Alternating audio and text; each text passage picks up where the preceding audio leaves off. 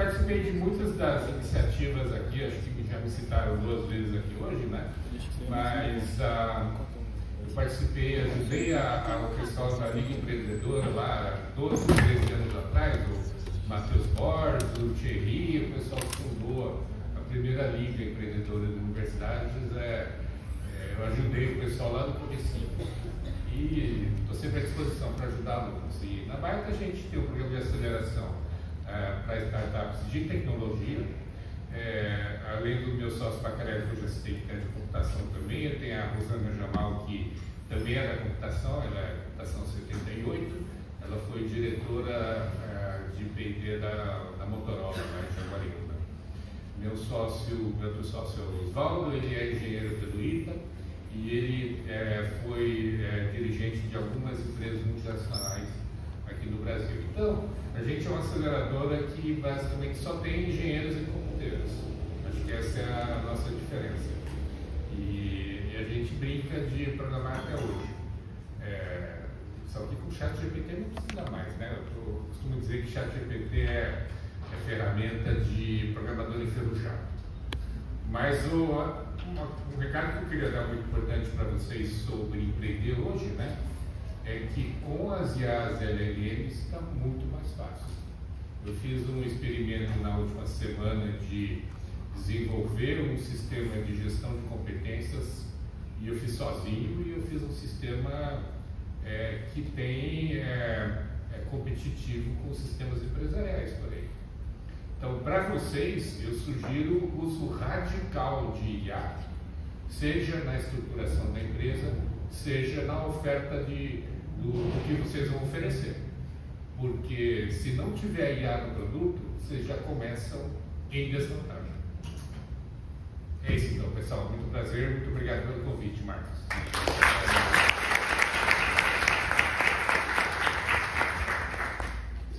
Eu acabei de perceber que eu não apresentei. Então, meu nome é Rafael, sou usuário 23 de Sistema de Informação e presidente da Liga de Startups. Em nome da Liga, eu gostaria de agradecer a presença de todos vocês aqui, pessoas tão relevantes nesse meio. E a nossa primeira pergunta é uma pergunta geral, para toda a mesa.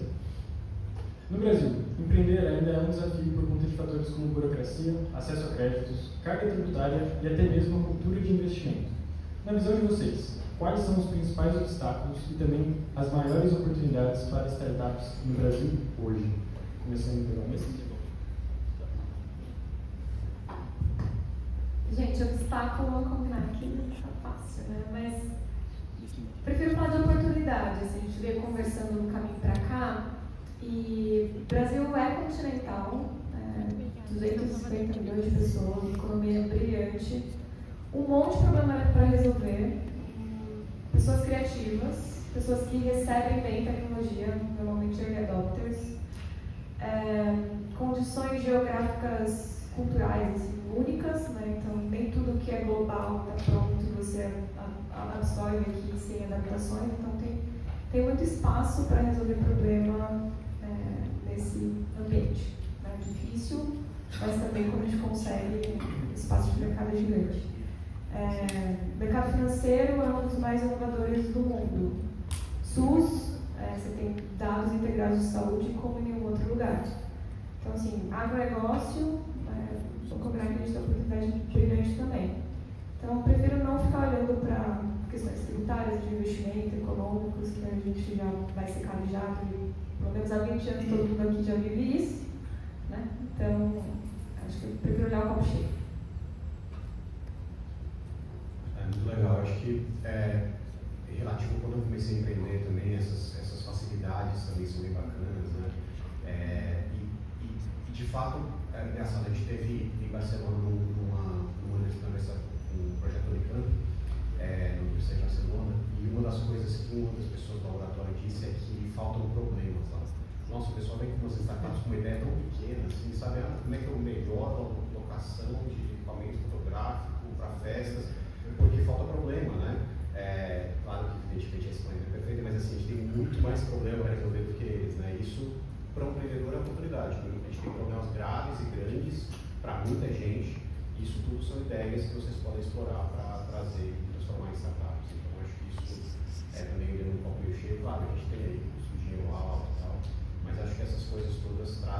ideias e traz o retorno para muita gente, e é isso que tem que ser, na minha opinião, a missão do empreendedor, né? Olhar que problema grande o suficiente que eu consigo resolver, e isso vai trazer benefício para a sociedade, vai trazer dinheiro também para você. Quanto mais gente você resolve um problema, como as startups se remuneram. Eu tenho uma forma singular de enxergar isso e sempre falo que é os 4 Ds, né? O primeiro D é o da descoberta, o segundo D é o da direção, o terceiro é o destino e o quarto é o do dinheiro. Então a pergunta que fica é, em primeiro lugar, será que a sua descoberta é tão fascinante? Né? A outra pergunta, será que você está na direção certa? Se essa direção realmente está levando para o destino que você deseja alcançar, que você almeja, que você quer conquistar no futuro, e isso dá dinheiro? A questão do dar dinheiro, agora olhando de trás para frente, o dinheiro é uma consequência de tudo isso que eu mencionei. Só que esse dinheiro ele tem que estar lubrificado, né, de tesão.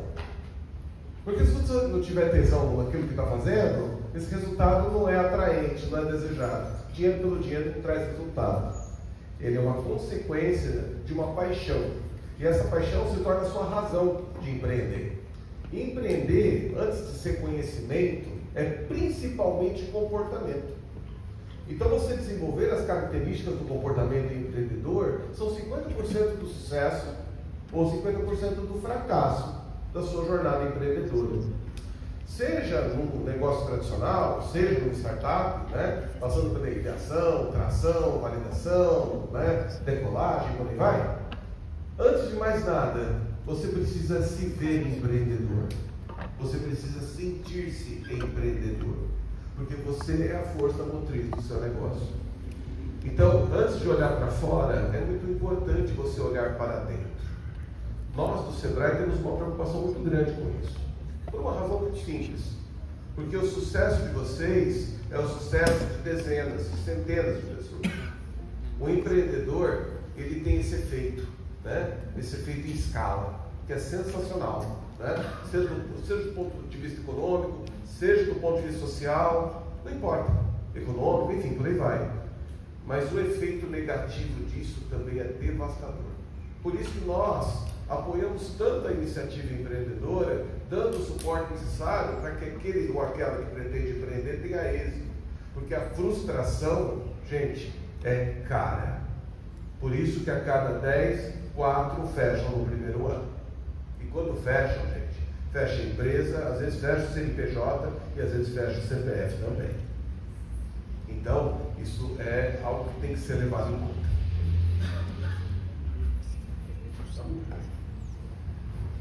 Bom, eu acho que essa própria pergunta e o fato do Rafael ter escolhido esta pergunta como a primeira pergunta para o painel já revela um dos principais problemas, que é a falta de cultura de empreender no Brasil.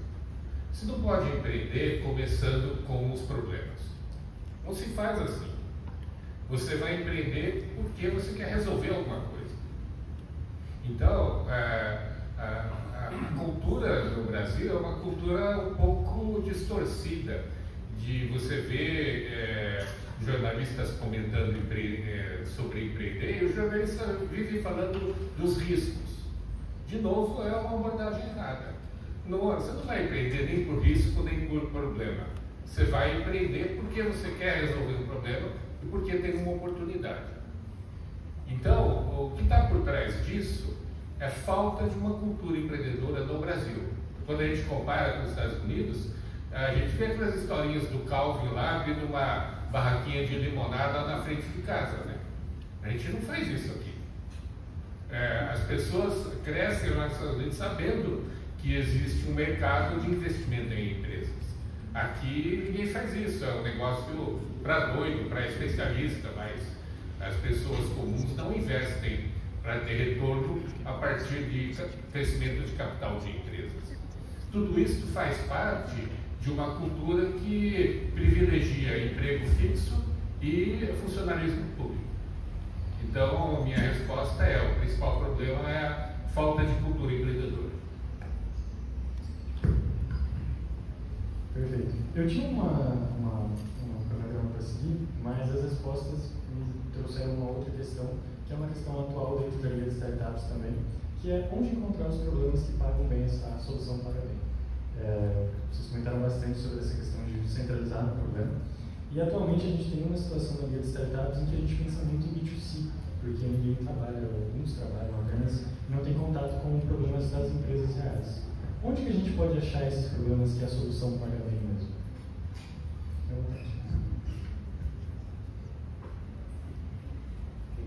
Eu começo?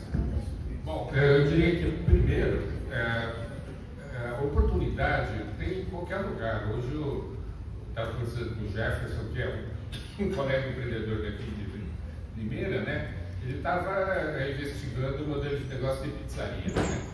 E tem espaço em qualquer área. Falta de ideia não é problema. O Steve Blank costuma dizer que ideia vale centavos a baseada.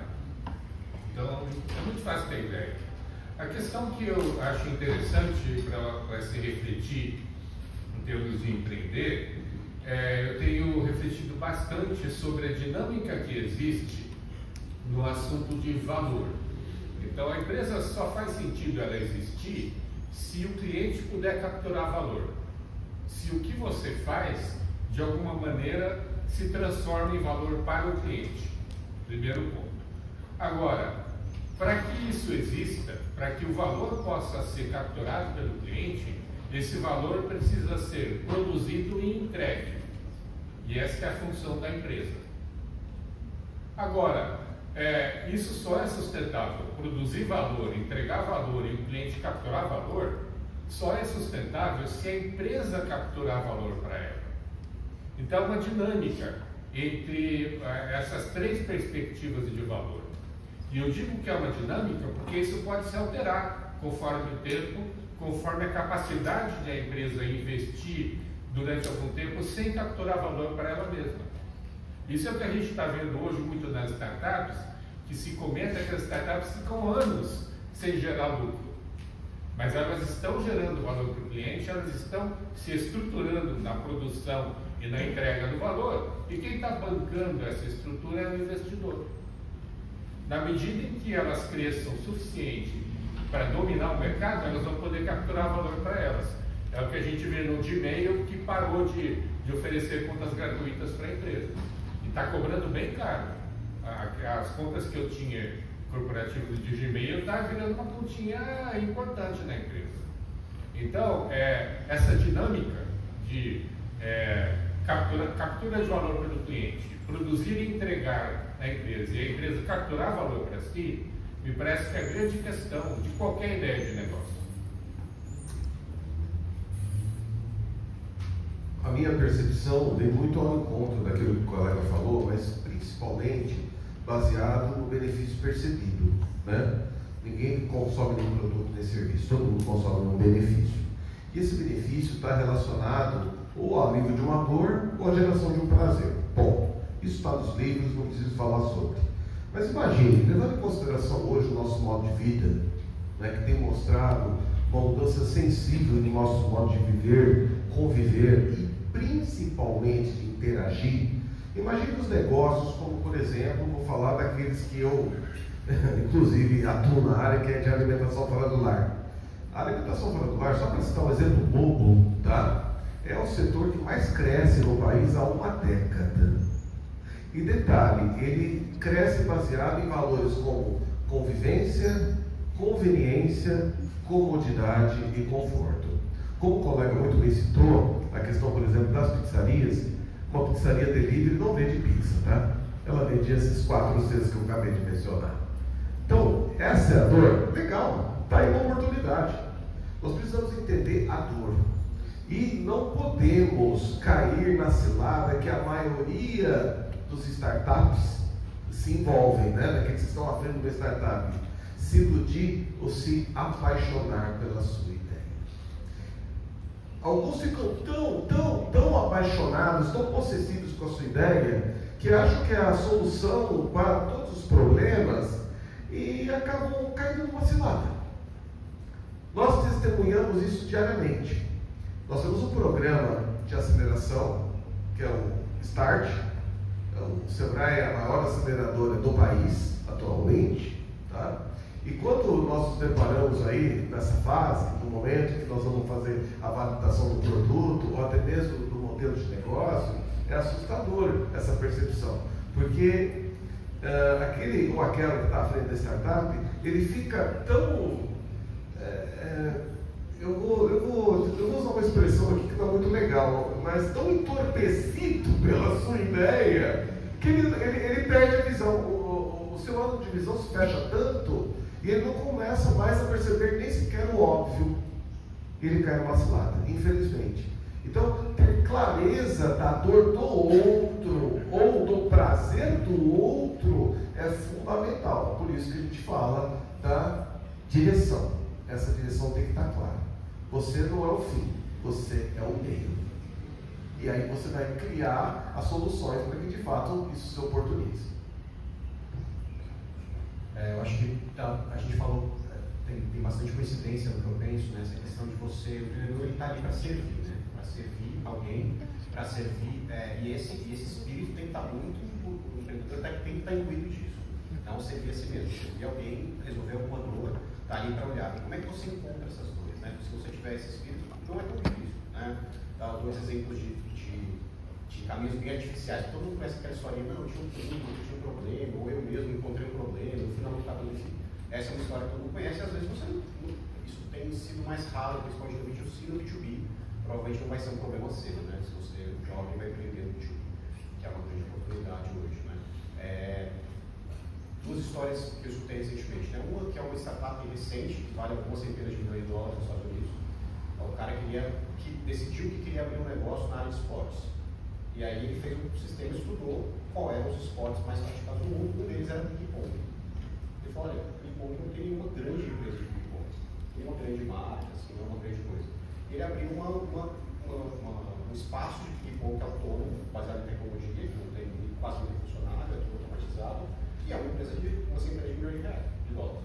Então, assim, tem caminhos mais estruturados. Então, assim, não, eu vivi uma dor, né? Então, assim, o próprio Booking, né? O Booking era o cara que inventou as máquinas de autoatendimento em aeroportos e queria continuar empreendendo nessa área e fez entrevistas com donos de casa e entendeu que tinha oportunidade para uma startup que não se baseasse em mídias, né? Que era contra tudo que tinha na época. Então, assim, tem oportunidades de você também entender, eu gosto desse setor, vou olhar esse setor, vou entender quais são as oportunidades de pizzaria, seja comida para fora de casa, seja esporte, seja química, e olhar o que está faltando, né? E aí ir para a rua e conversar com as pessoas, iterar a sua ideia, não ter medo, não se apaixonar pela ideia, né? Quero entender essa área, quero resolver um problema nessa área, qual o problema que existe, como que as pessoas estão lidando com isso hoje, o que está faltando. Eu acho que esse também é um bom caminho para quem quer começar, né? E está disposto a mudar de caminho para resolver aquela dor, né? Porque isso nem sempre você acha da primeira vez. Acho que a Rosa é um bom exemplo disso, né? Que mudou de caminho. A visão de que precisa gerar valor para o cliente, né? Primeiro ponto. Tem até um discurso, né, de não ser a vitamina, mas ser a aspirina, né? Que ele de fato vai pagar com urgência porque precisa daquilo, está doendo e não é só algo de benefício médio a longo prazo, ou opcional para ele em dado momento. Tem a coisa da empatia, né, de se colocar no lugar do cliente, tem a coisa de fazer essa investigação mais ampla ali do seu próprio lugar de vivência. Mas acho que em comum com tudo isso, tem muito trabalho. Assim. Não sei se eu sou cética, mas eu acredito que as ideias brilhantes que é uma maçã na cabeça, assim, você pode até partir daí, mas tem muito trabalho de pesquisa. Então, dado macroeconômico, está crescendo, está diminuindo desse mercado, o que já existe, quem que já fez, falar com as pessoas, gastar sala de sapato, fazer pesquisa, entrevista, testa, erra, faz de novo. Iterando o tempo inteiro, é muito esforço. Eu acho que com a experiência você vai pegando conhecimento para explorar outras áreas que estão mais distantes do seu lugar de conforto de experiência nativa. Tem vários empreendedores de super sucesso que no segundo, terceiro empreendimento mudaram totalmente. Né? Um exemplo da Unicamp é o André Penha, né? Do quinto andar super bem sucedido, está indo para Harvard agora. Então, assim, é outra vivência, é uma outra dor, mas ele aprendeu no processo onde é que está o dinheiro e que vai dar certo daqui X tempo, essa predição, né? Tem macro tendências que, energia é um baita problema, Logística é um baita problema. Claro, o negócio a gente já falou. O que mais? Novas formas de educação não está resolvidas. Então, tem N questões, né, para serem solucionadas. Vai ter que ter aprofundamento. Acho que ninguém tem a resposta, né, de qual é essa dor que você vai pagar e que o modelo vai parar de pé, porque caiu uma maçã na cabeça. A gente tem muito estudo por trás, muita investigação e persistente resiliência para adaptar. Perfeito. Pessoal, eu vou abordar vários temas diferentes com as perguntas. Depois, se vocês quiserem aprofundar em um tema específico, a gente vai abrir para perguntas, tá bom? Agora, falando um pouco mais sobre ecossistema e network. Qual a importância de construir uma rede de contatos e como os fundadores ou potenciais fundadores podem se conectar com mentores, outros empreendedores e investidores de forma estratégica? Quem quer começar? Posso puxar? Vou puxar. Vocês estão no lugar certo para isso. Academia. Aqui é o berço de tudo. Tudo começa aqui. Não dá para pensar num ecossistema de inovação sem academia, sem a faculdade, sem a universidade. Não dá. É impossível. Limeira está começando a formar um ecossistema a partir dessa iniciativa, como também de outras que estão acontecendo em paralelo. Mas, sem sombra de dúvida, a força motriz é a academia. Na academia tudo começa. Começam as ideias, começam os conceitos, começam as conexões, sejam aqui, sejam com o mercado, e vocês estão no lugar perfeito para isso, né? O que está sendo promovido aqui hoje é uma baita oportunidade de conexão com o mercado, tá? E quando a gente fala desse ecossistema, esse ecossistema passa necessariamente pela universidade, pelo poder público, pelas entidades de apoio, como o SEBRAE e tantas outras, passam também por associações comerciais, passam por sindicatos patronais, passam por institutos de pesquisa, passam por organizações que fomentam determinados setores, IESP, CIESP, por aí vai, enfim. E é o que está sendo discutido agora, aqui no nosso município, tá? Nós temos outros municípios que já têm um nível de maturidade maior aqui próximo de nós, como, por exemplo, Piracicaba. Piracicaba tem um parque tecnológico. Alguns de vocês devem conhecer, quem ainda não conhece, recomendo que visite, que conheça, tá? Onde é o berço de tudo isso? A universidade, tá? A universidade foi a grande força motriz desse processo. Hoje, o ecossistema de inovação de Piracicaba tem mais de 150 atores diferentes.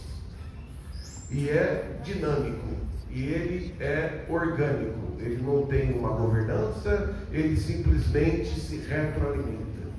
E o conhecimento vai sendo disseminado, vai sendo transformado, vai sendo capitalizado e vai gerando emprego, renda, receita, oportunidades, enfim. Na minha opinião, aqui é o primeiro passo e vocês estão dando um ótimo primeiro passo.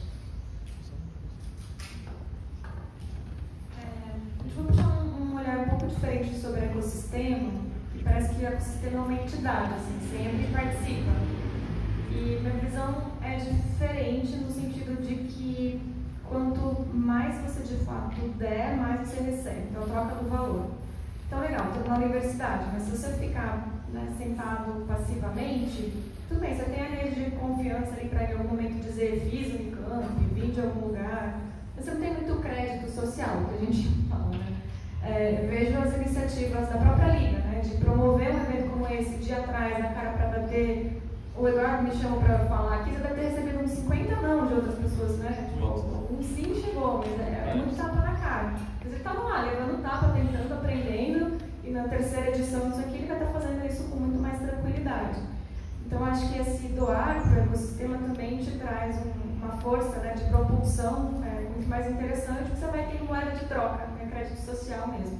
Seja com a academia, seja com uma empresa parceira do mercado, seja com um cliente, um prospect, alguém da equipe. Então, acho que os diferentes atores, né, as empresas, as universidades, o governo, não dá para ficar parado passivamente achando que você pertence. Você até pode pertencer, mas vai estar no lugar de sombra.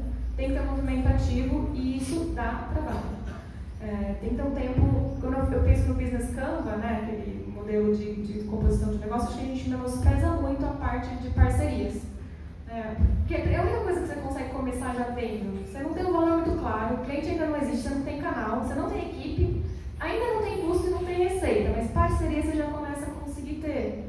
manter uma agenda de reunião de networking, manter uma agenda proativa na comunidade em que você participa, de forma a ir construindo esse crédito social e entendendo onde essas parcerias podem chegar. Essa é um pouco da minha visão ativa de ecossistema e do valor da alavancagem social que você pode construir.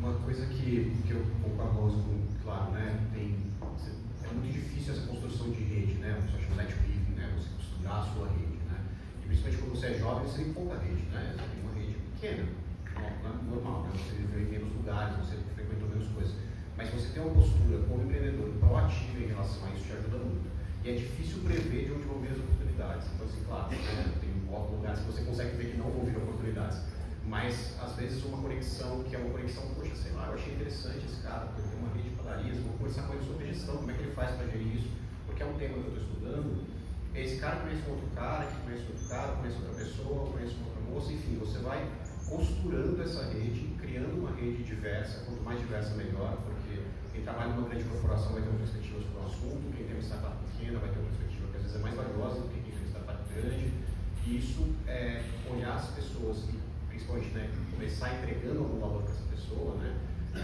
é muito bacana, tá? A gente conseguiu muita coisa na minha empresa e conseguiu muitos contatos e fez muitas relações legais, não procurando isso necessariamente, né, mas tentando se aproximar de ecossistemas que discutem coisas que interessam a gente, né? Então acho que isso é uma coisa que faz muito sentido e é uma coisa que de fato tem que fazer parte da agenda do empreendedor, aquele empreendedor que fica sentado atrás da mesa, quietinho ali, não fala com ninguém ou só fala com a turma dele, vai ser empreendedor que vai ter problemas, vai ter mais dificuldade de criar os próximos passos, né? Você tem que estar costurando as redes, a academia é um lugar super potente para um tipo de networking, ecossistema de investidores para outro, pessoas comerciais para outro, enfim. E tem uma coisa que é engraçada, que a Rose faz, que é muito legal, assim, as pessoas, às vezes, o melhor momento não é o melhor momento que elas estão, né? Então, às vezes, o cara acabou de ser diretor, vice-presidente de finanças de uma grande multinacional. Vai procurar ele e vai falar, cara, 50 mil pessoas procurando. O cara acabou de sair, está open to work lá no LinkedIn, ele vai te receber na hora. Mas ele vai se realocar. Né? Então, assim, às vezes a gente quer procurar as pessoas na hora que elas estão na posição de poder, mas se você procurar as pessoas pelo interesse que você tem nelas, pelo conhecimento que elas têm, a hora que elas estiverem em uma situação que elas podem te facilitar alguma coisa, elas vão fazer isso. Né? Então, acho que também essa intencionalidade verdadeira, interesse pela história das pessoas, pelo conhecimento das pessoas, é muito bacana. Bom, a questão do networking realmente é fundamental. Vale a pena gastar tempo e aprender como desenvolver a sua própria rede de contatos. Isso dito, a minha sugestão para começar imediatamente é você ter cara de pau e procurar as pessoas que te interessam conversar. Hoje, felizmente, tem o LinkedIn e através do LinkedIn, através da sua rede de contatos imediatos, você provavelmente consegue chegar em qualquer pessoa do mundo, só tendo cara de pau e pedindo indicação e tentando entrar em contato. Essa é a recomendação que eu dou para vocês imediatamente. O resto são coisas que podem levar mais tempo, mas você precisa primeiro aprender como desenvolver a rede, como estabelecer uma conversa com uma pessoa com a qual você nunca conversou antes. Aproveitando a fala do Renato, eu convido vocês a serem caras de pau agora, a pensarem na melhor pergunta que vocês têm na cabeça de vocês, porque eu vou fazer a minha última, e eu vou abrir para todos vocês perguntarem também, porque eu acho que isso é a riqueza de uma mesa redonda, a gente ter essa comunicação com o público direto. A minha última pergunta, para depois a gente abrir para o público, bem diretamente mesmo, para quem quer realmente empreender, fazer uma startup acontecer em 2025, então começar em 2025 para dar certo depois, qual o conselho mais direto e prático que vocês dariam hoje? Quem vai começar? A minha sugestão é você procurar clientes imediatamente, desenvolvendo uma simulação usando o Lovable. Então, de forma que você já tem uma ideia de que valor que você quer que o cliente capture e promova isso usando uma aplicação do Lovable e divulgue isso nas redes. É uma oportunidade que eu considero que isso substitui o MVP. A metodologia clássica tradicional recomenda fazer MVP, mas eu estou revisando isso. Tenho feito experimentos e é possível você já entregar valor para o cliente sem se preocupar em cobrar, mas você já estabelece contato com clientes potenciais e já verifica realmente se há interesse na sua ideia. A minha proposta, ela vem de encontro ao mercado. Eu gosto muito de provocar o mercado. Gosto muito de perguntar a dor do mercado. E a partir da dor, buscar a solução. Nada melhor do que você começar pela dor de alguém. E é muito bom porque você não está envolvido no problema da pessoa, né? Da pessoa, da entidade, da empresa, enfim, não importa. Mas você tem sim disposição e interesse em encontrar uma possível solução. E claro, não é só solucionar, é testar a solução proposta, né? Caso contrário, você não sabe se aquilo tem eficácia ou não. Portanto, você tem que viver a experiência. Você precisa pôr a mão na massa e se colocar a serviço dele. Esse se colocar a serviço dele, hoje, fica inclusive como uma sugestão, nós temos debatido isso nos grupos da FACESP, não sei se vocês conhecem essa sigla. Essa sigla é a Federação das Associações Comerciais do Estado de São Paulo. Tá? Existem algumas regionais espalhadas por aí, entre elas a nossa que engloba aqui a nossa região, Piracicaba, Americana, Nova Odessa, Sumaré e por aí vai. E o que a gente tem discutido é justamente isso, né? Convidar os empresários para apresentar as suas dificuldades para grupos de universitários que venham a propor soluções, venham trazer essas soluções, que possam testar, que possam apoiar, que possam ter alguém para patrocinar a ideia, correr o risco bem intencionado, pagar pelo erro, né? E claro, né, desse lado a gente não tem muita remuneração, mas sim, nós temos uma oportunidade única de vivenciar uma experiência prática e claro, gozar do resultado dela, ok? Fica a dica. Uma coisa que eu acho que é essencial também é um pouco na linha da perder vergonha na cara, assim, né? Tem principalmente pessoas muito inteligentes às vezes ficam muito preciosistas. Nesse momento não dá para ser preciosista, né? Logo, se você quiser deixar todo polido, a interface, a segurança da informação, você não vai conseguir usar, né? Então assim, você precisa estar com um produto, seja digital, seja analógico. Pensar num produto que não seja digital para sair um pouco do mais comum, né? Hoje eu quero fazer quero construir um hotel. Uma vez uma pessoa que estava fazendo muito rápida me falou sobre a ideia de que é construir um hotel para fazer experiências de yoga e tal. Eu falei, cara, tá ok, aluga uma chácara e faz um curso. Tá? Então assim, faz uma coisa pequena, né? Faz uma escala pequena, faz uma escala. Pô, mas vai ser a mesma coisa, eu vou construir, vai ter toda uma experiência, não vai. Mas assim, você consegue provar, ou pelo menos tangenciar o valor que você está querendo propor através de uma experiência que seja muito em baixa escala, muito pequena, tortinha ainda, meio esquisita, mas que você consegue sentir se está fazendo sentido, né? E aí pode ser uma ferramenta de low code, se for digital, pode ser uma coisa que você quer que seja permanente, você faz um evento, ou quer abrir uma padaria, faz um lugar, faz uma experiência, faz um evento para ver como as pessoas gostam das comidas que você está fazendo, né? Então, dá para você diminuir a escala sempre, né, que é o tal do MVP, mas isso exige você ter um desprendimento da sua ideia mental, né? Porque as pessoas ficam naquela ideia mental de que vai ser super lindo e a primeira versão não vai, né? Vai ser feia, vai ser esquisita, mas se as pessoas gostarem minimamente, você já sabe que tem um caminho para avançar a partir dali. Posso fazer uma parte, se me permite? Né? Adorei o seu comentário. Não sei se vocês sabem, estou falando daqui da nossa cidade porque a gente tem um conhecimento acerca das demandas locais. Vocês sabem quantos hotéis estão sendo lançados em Limeira esse ano? 3. São 3 hotéis. Esses 3 hotéis somados, eles vão gerar uma capacidade de mais de 400 leitos. Aí vem a pergunta, quem que vai usar esses leitos? O turismo de negócios, tá? Limeira tem uma forte tendência para turismo de negócios e os hotéis atuais não atendem a demanda. não a teve. Impressionante, né? Então, para você sair do hotel, começa no hostel, viver essa experiência no hostel, e daí você vai viver todas as dores, tudo que vai dar errado, e vai ser muito legal tudo dar errado, porque daí você vai aprender exatamente como não fazer o que não deve ser feito. Desculpa, só.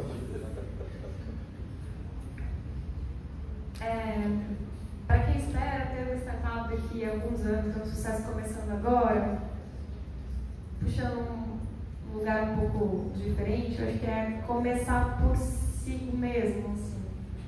Um aprofundamento sobre quem é você como indivíduo, como pessoa. Porque às vezes a gente segue uma onda porque ela está no hype, ou porque todo mundo está fazendo, porque parece sexy. E não é um passo de... não é corrida de 100 metros, assim. Precisa de resiliência, é muito tapa na cara. Falando da parte ruim, né? Depois a gente espera que já dê certo, mas faz parte do processo repensar, ser exemplo quando você está ali sofrendo, está cansado de continuar. Então, não sei se vocês ouviram falar, acho que roda da vida, né? Que você olha como é que você está emocionalmente, financeiramente, socialmente, enfim. Então, tentar fazer uma análise 360 de você como pessoa.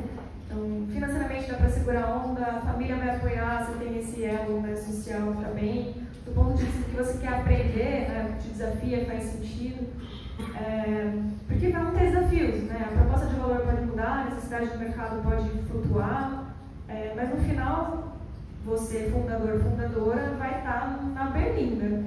E tudo que você tem no começo é um sonho, uma história para contar, e isso guia outras pessoas, que é uma baita responsabilidade. Baita responsabilidade. Então, você tá bem consigo mesmo, assim, é muito importante. Talvez no processo de auto-reflexão você descubra que nem era isso que você queria de fato fazer, você estava fazendo por algum outro motivo. Então, acho que se conhecer e fazer esse novo assessment pessoal ao longo da jornada, que você também vai mudar, é o conselho que eu daria, assim. Para começar agora, começa por você mesmo. Você vai ter que estar forte, então fortaleça-se. Bom, muito obrigado pelas respostas, pessoal. Vamos abrir agora para as perguntas. A gente vai caminhar para o encerramento aqui da atividade.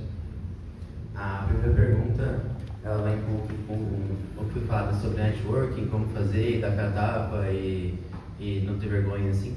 Como a gente consegue fazer, agora a gente está na fase de começar o networking, de conhecer novas pessoas.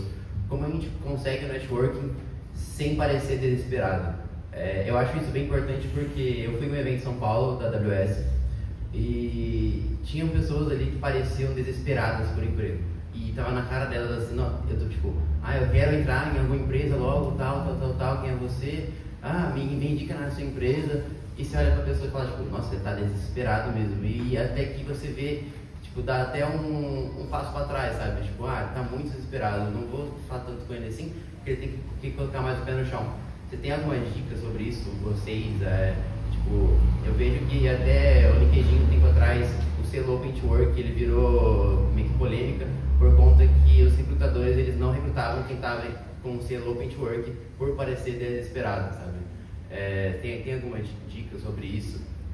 Posso começar daqui? Acho que o network é uma coisa que nem beber água, cortar unhas, tem que fazer. Então, 2, 3 horas por semana na agenda, tem que caber a hora que for. E network não é pedir, é dar. Então, pela curiosidade de conhecer alguém, de poder oferecer algo para alguém, mas Rosa, eu não tenho nada para oferecer, você vai ter. Alguma coisa você vai ter para oferecer e vai com um olhar curioso de fato de querer entender o que essa pessoa tem. Porque às vezes é uma dica de o que está assistindo na Netflix, que você deve saber, eu não sei. Então, olhar com um olhar curioso de poder ajudar e de, a partir dessa conexão, conectar a pessoa com alguém ou se ela pode conectar com alguém. Eu acho que isso é prática hoje ou qualquer momento. E se você de fato está buscando, né, porque no final você quer chegar em algum lugar, por mais que não seja uma trilha linear, não vai no primeiro contato, nunca fiz, vou experimentar com o emprego do sonho, assim. Então, nunca fiz network na vida, achei o diretor dono da vaga, vou marcar um café com ele porque eu quero a vaga. Muito direto, assim, o network não é direto. Minimamente experimenta antes. Então, sei lá, investidor, eu quero captar com VC XPTO, eu não vou marcar meu primeiro pitch de treino com VC. Pega o Tier 3 ali, começa a treinar, vai melhorando, até você se sentir forte, você vai chegando mais perto. Então, acho que tem essa coisa, né? Tipo, se você tem um objetivo muito claro, persegue, mas não vai direto no primeiro momento sem treinar. E não use o network só como uma coisa de conquista, mas também de ceder, né? De prover, porque a rede ela não é tão lógica como pode parecer. Isso de você entregar, assim, tem jeitos, é um exercício criativo às vezes, né? De pensar como eu consigo ajudar essa pessoa que eu gostaria de conectar, né? Então, por exemplo, um exemplo, só que você falou da AWS. A AWS é um programa de startups muito popular, né? Muito bom, eles oferecem muito dinheiro para startup e tal. A Azure tem um programa muito mequetrefe, comparando, né? Com o pior, mas pior do que a da AWS. O pessoal da Azure, por exemplo, está doido para se conectar com startups, porque eles têm um programa menos atrativo, simplesmente. Então, se você fala, poxa, eu vou te apresentar uma startup aqui, você vai abrir uma conexão na Azure, né? na Microsoft. Então, mesmo você não estando numa posição de que é um cargo, uma grande corporação, você tem o que oferecer, tem conexões, às vezes uma coisa pessoal, né? Um insight pessoal, uma perspectiva, tem muita coisa legal para fazer. As empresas, né? Pensando aqui então, em grande empresa, tem espaços de conexão, tem workshop, tem espaços, quase todas têm hoje espaços, a maioria em São Paulo ainda, mas quase todas têm bastante espaço. Então dá para você oferecer, dá para você criar essas conexões.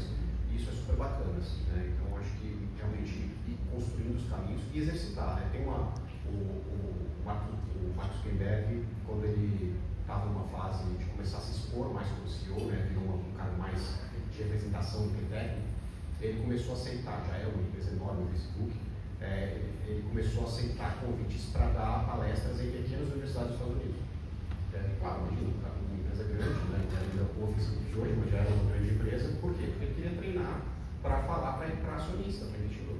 Então, assim, na verdade, e ele gerou valor, né? Imagina, você tem o Mark Zuckerberg dando palestra para algumas universidades. Então, assim, você tem espaços para ir treinando, né? Então, o network é um pouco isso, é treinar, é botar na agenda, é fazer. Acho que todo mundo aqui deveria ter um LinkedIn, quem está na área de pesquisa também precisa um LinkedIn, ter também um Lattes, mas ter um LinkedIn, exercitar, mandar mensagem. Olha, as pessoas aceitam muito mais do que se imagina, tá? De modo geral, principalmente empreendedores. Se o cara tiver um pitch legal, eu acho que eu vou ser claro com o pedido também. Eu queria falar sobre a minha carreira. Não é claro. O que eu posso te ajudar? Né? Pesquisar e falar, eu gostaria que você me ajudasse sobre esse aspecto. Você pode me dar 20 minutos, 15 minutos. As pessoas, de modo geral, abrem a agenda, tá? Mais do que te imagina.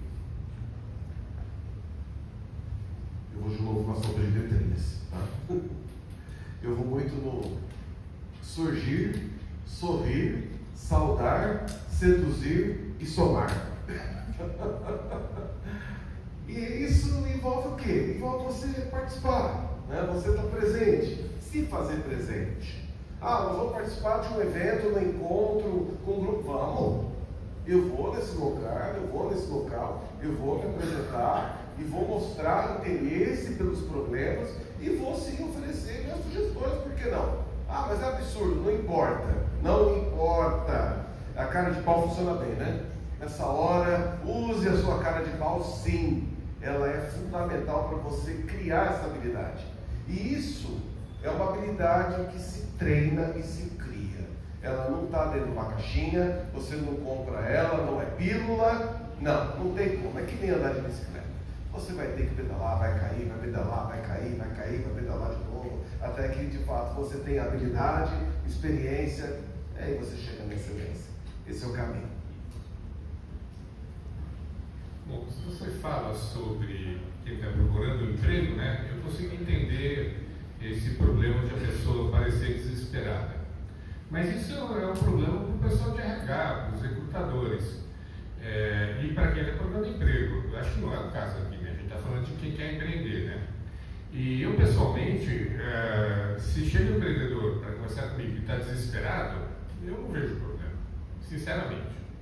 Ele pode estar desesperado por muitos motivos, porque ele já queimou o dinheiro que ele tinha, ele está precisando tomar uma decisão, tem muitas razões que fazem o empreendedor ficar desesperado. E, cara, desespero meio que faz parte da brincadeira. Você vai quebrar a cara e de vez em quando você vai falar, me salva porque o negócio está feio.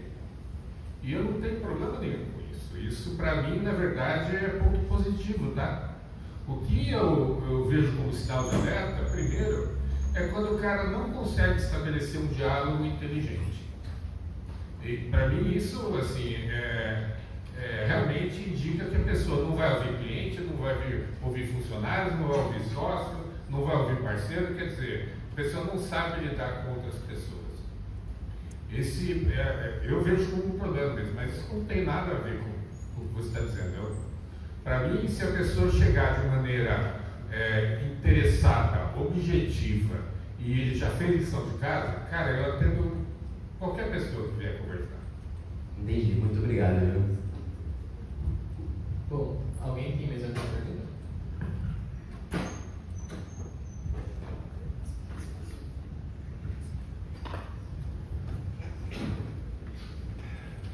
Olá para vocês. A minha pergunta é o seguinte: cada um de vocês tem projeto próprio, vocês já disseram um pouco sobre eles, mas aí vocês explicaram na apresentação diversas vezes sobre o problema, o dores, e você encontrar a solução para dores. Como foi para vocês encontrarem, enxergarem essas dores que as suas empresas ou os seus projetos resolvem atualmente? Como foi para vocês construírem, alavancarem, enxergar essa dor ou encontrar essa solução, esse alívio para essa dor? Eu queria saber de vocês como vocês fizeram essa trajetória. Bom, no caso da Baita, foi uma combinação de fatores, tá? Primeiro que esse modelo de aceleração de startups, ele começou em Boston com um casal chamado Paul Graham e Jessica Livingston, que eram empreendedores e estavam ali no momento de transição de carreira e montaram um modelo ali na cabeça deles e começaram a funcionar. E é um modelo que gerou empresas muito interessantes, como Dropbox, Airbnb, então tinha valor. Outro fator importante foi porque eu li alguns estudos na época, lá 13, 14 anos atrás, em que, por exemplo, um investidor falava que 90% dos ganhos de investimento que ele tinha tido eram de empresas no raio em torno de 15 milhas de Stanford.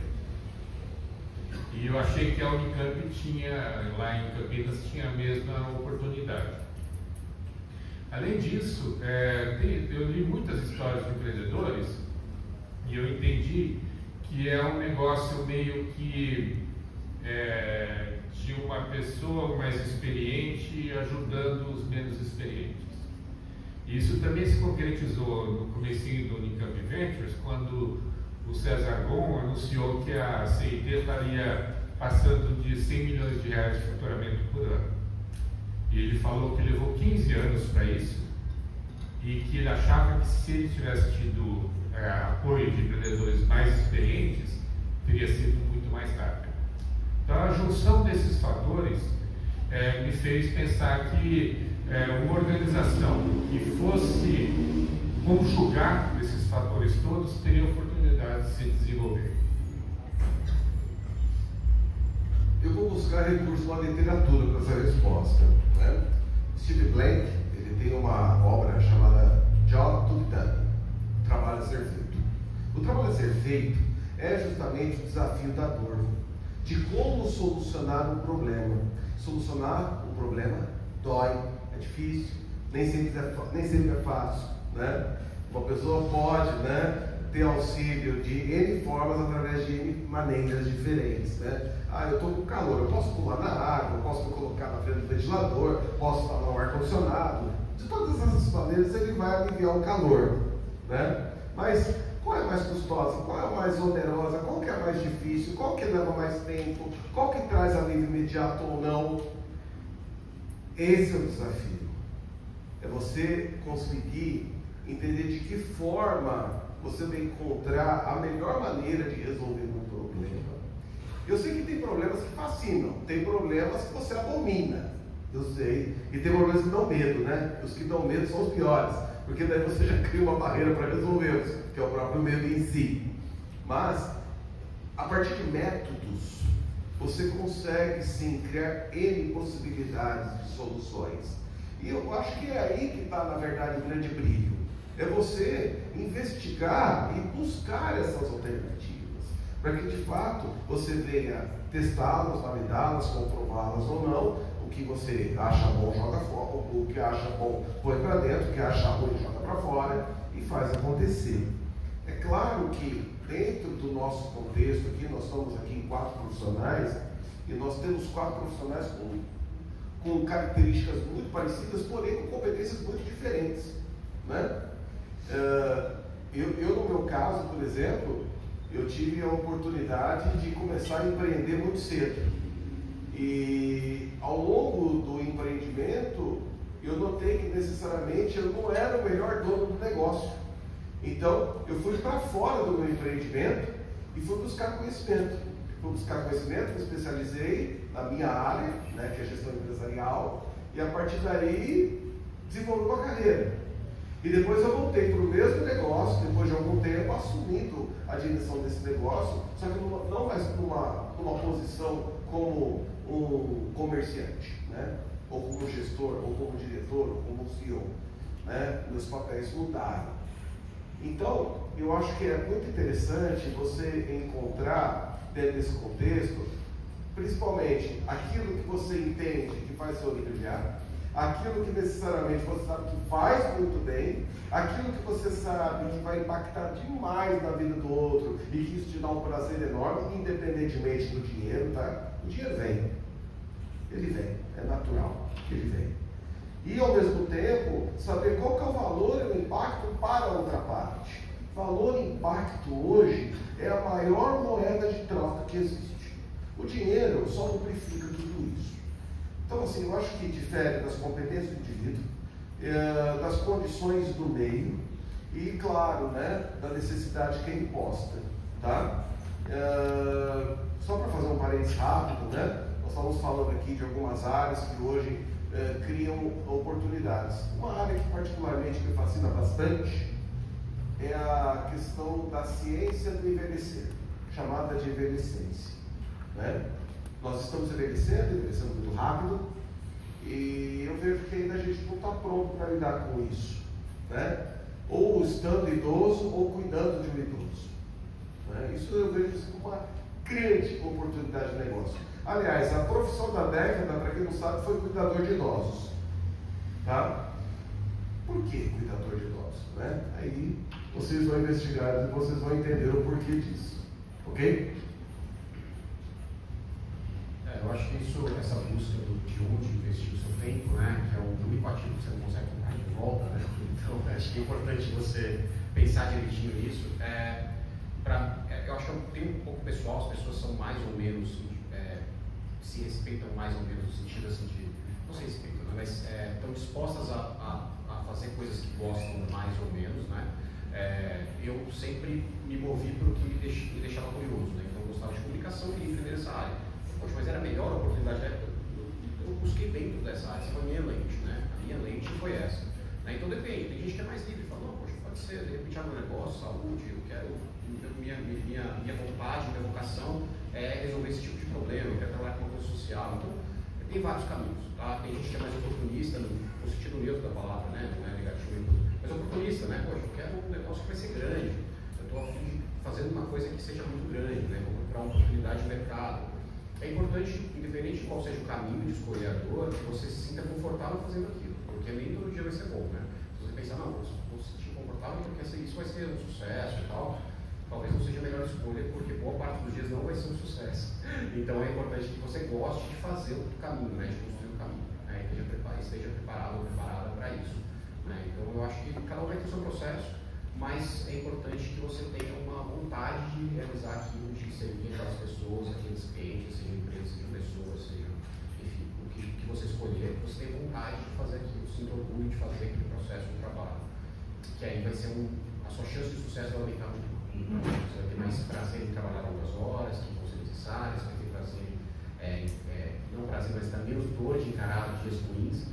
Então acho que isso é importante porque é uma jornada longa, né? Então, daí esse aqui. Dá uma pesquisada também, olha para dentro, olha para o que você gosta de fazer, olha para as oportunidades, e aí faz um balanço de onde você investir, esteja disposto ou disposta a mudar também de caminho. Por isso que é importante te dê essa resiliência, né? Às vezes você vai mudar um pouco, fazer um ajuste por diversos motivos. Como é seu nome? Hugo. Hugo. Eu vou contar várias coisas que eu fiz errado. Até porque eu acho que ainda estou procurando essa dor, que é uma... preciso de uma analgésica. Mas eu parti de um lugar que eu estava numa agência de marketing e achava que era um trabalho, de certa forma, repetitivo, que não me desafiava e que boa parte desse trabalho poderia ser digitalizado. Porque tinha uma repetição ou porque a forma de gerar um negócio comercial a partir só do marketing não era eficiente. Então eu juntei, não quero só fazer marketing para tecnologia. Quando eu estava numa corporação, eu precisava comprar tecnologia e me era uma barreira, porque eu dependia da área de TI, aí eu não tinha esse recurso, então eu não tinha o projeto implantado. E quando eu estava com uma pequena empresa, era super difícil eu me vender e ter uma marca reconhecida. Então, fiz uma sopa disso, falei, vou fazer matchmaking. As empresas precisam contratar fornecedor de TI, quem fornece TI precisa vender, o marketing pode ser desintermediado de forma digital, matchmaking faz sentido. E consegui contar uma boa história nas pesquisas que eu fiz, então talvez eu tenha imputado um viés. Claro que eu perguntei para quem contrata, perguntei para quem vende, todo mundo falou que fazia sentido. Todo mundo, mais de 50 entrevistas, tá? Pesquisa online, primeiro beta tester, tudo certo. E fui para o mercado. E de fato o pessoal foi se cadastrando. E aí, marcando reunião, falou, se cadastra, não sei o que, o pessoal foi se cadastrando. 1000 usuários gratuitos no primeiro ano. E aí eu fui percebendo que eu estava me iludindo, forçando a mão na história e tal, quando eu comecei a perceber churn. Então, perder cliente porque a oferta de valor de fato que era existir o match não estava acontecendo. Então a pessoa até entra porque eu contando uma história, porque ela disse que entraria, e parece bom eu pagar por isso, mas ela saía, porque o matchmaking não funcionava, e isso porque eu não atendia uma dor real para o lado de quem contratava. Então, para quem fornecia tecnologia e quer vender, ótimo, então era uma dor de fato, mas na plataforma tem 2 clientes. Se eu não atendia um deles, a plataforma não parava de pé e a gente precisou pivotar. E pivotar é um termo lindo, difícil, muito difícil. E aí você pega aquele gráfico do Vale da Morte, você tem certeza que ele dura 2 anos. Na minha cabeça, na minha certeza, 2 anos eu seguro a onda. A hora que você pivota, primeiro que não é 2 anos, já é uns 4. Aí você pivota e virou 8. Então, assim, é muito doído. E aí você tem um avião no ar, tem usuário que ainda não deixou de ser, você vai mandar o cliente embora. Enfim, para descobrir que não estava ali, foi muita escuta real. Então, por que quem pagava não está pagando? Porque a pessoa falar que gosta da ideia no formulário da entrevista é bacana, mas quando ele paga e ele não paga mais, é ali que tem um problema. Então, identificar o produto que não é do... e aí experimentar, né? Então, tá bom, o servidor não é aqui, se eu fizer pitch, em vez de a pessoa fazer uma conexão só online, faz um evento, não, você não é um evento. Aí se eu pegar e fazer ajuda do Sebrae, então a gente fez parceria com o Sebrae Nacional para trazer as pequenas empresas para fazer match, não, também não deu, nem de graça. Aí se eu for pro lado da grande empresa, grande empresa talvez eu monetize, aí estou descobrindo que sequer é gestão de demanda de TI, agora o povo está querendo melhoria contínua, outros processos que estão mais perto. Então a gente ainda está em descoberta, né? A gente diz que tem um PMF, não é um Market Fit, porque estamos monetizando, estamos break-even, estamos mais quente, mas é como se fosse esconde-esconde, eu estou quente. Não digo que eu encontrei a dor e que é isso que vai estar pronto, sabe? De qualquer forma, assim, porque a gente tem estudado e ouvido pessoas mais experientes, para encontrar market fit de um negócio que vai de fato escalar, são pelo menos 10 processos. Você vai ter o produto, o mercado, o canal de vendas, e isso vai mudar 10 vezes, ou vai ser evoluído 10 vezes, e você vai ter que tomar 800 decisões no caminho. Então, assim, é complexo, né? Eu acho que estou contando coisas que a gente errou e foi aprendendo, apanhando, porque talvez não tenha uma resposta certa. Mas espero que você não é igual a mim, de enviesar perguntas, por exemplo, e ser sedutor na hora que você conta a história, a pessoa vai falar que adorou, que é ótimo, e aí você se ilude e custa caro para caramba. Muito obrigado pela resposta de vocês, está muito bom esse diálogo, as experiências que vocês viveram. Muito obrigado. Bom, as perguntas estão ficando muito boas, inclusive obrigado. Hugo e Ramos. E aproveitando também, e também fazendo uma provocação, junto com a questão do network, agora a gente vai ter nosso coffee break, então agora é um momento perfeito para exercer esse tipo de prática, né? Então, conversa com as pessoas que estão aqui e também com a mesa, né? Essa mesa é uma mesa muito rica, porque além de todos esses feitos, todos eles tiveram a participação de algo na construção de alguma entidade, por exemplo, na Unicamp, ou através do Unicamp, ou do Sebrae, que é uma instituição muito forte no Brasil. Então é isso, pessoal, uma oportunidade muito boa. Agradeço aqui a mesa inteira por ter aceitado a nossa proposta e pelo tempo. E é isso, uma salva de palmas então para todo mundo. Obrigado. Gente, só uns acordos que eu queria fazer com vocês. Primeiro, quem aqui tem o nosso panfleto já? Levantem a mão para eu ver. Que legal! Beleza? A gente vai estar aqui saindo e a gente vai ter que fazer o escaneamento do workshop no